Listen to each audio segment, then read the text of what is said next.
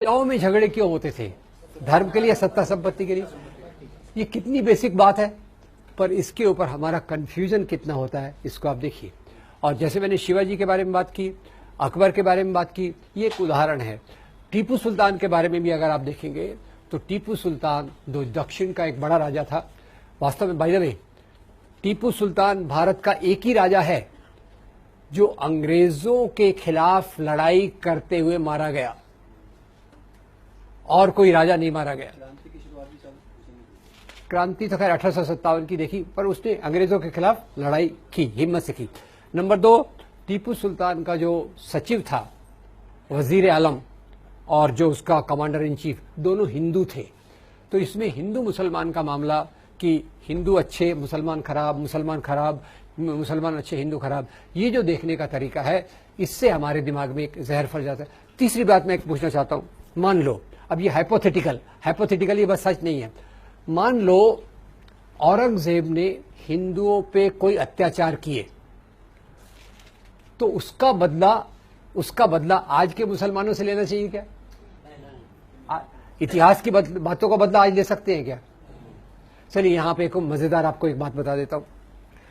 मैं क्योंकि लोगों से पूछता रहता हूं, एक मीटिंग में मैं गया तो मैंने कहा भाई देखो बताओ, इतिहास की बातों का बदला आज ले सकते क्या? यही औरंगजेब और मुसलमानों की बात चल रही थी।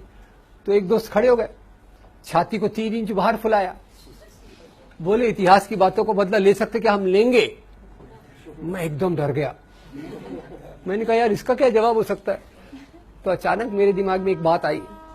मैंने कहा यार देखो, मैं एक जगह गया था, मैंने दोस्त को बोला, मैंने कहा आपको पता होगा पहले पति के मरने के बाद स्त्रियों को जलाया जाता था, क्या कहा जाता था? सती। मैंने कहा मैंने सुना है कुछ औरतें साथ में आ रही हैं और वो बोल रही है हम इतिहास की बात का बदला लेंगे। क्या करेंगे हम क्या करेंगे? हम सता प्रथा चालू करेंगे।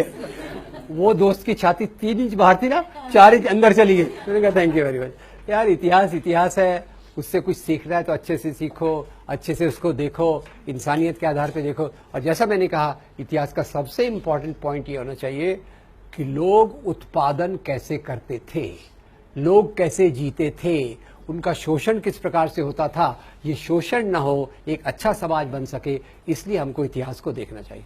तो मध्ययुगीन काल को एक अंधकार का युग करके अंग्रेजों ने भी प्रस्तुत किया, हिंदू राष्ट्रवादी भी वैसा कर रहे हैं। So this period was also a period of interaction of Hindus and Muslims, Hinduism and Islam, and different type of cultures flourished in this period.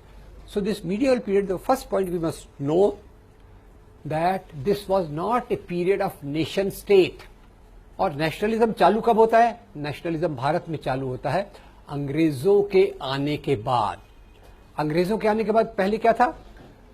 Nation state था या राजाशाही थी? राजाशाही। तो राजाशाही, और उसके पहले भी अब जाके देखेंगे क्या क्या था। So this whole debate which is going on today is a totally on the false ground. Nation state is a modern phenomenon. ये आधुनिक कंसेप्ट है।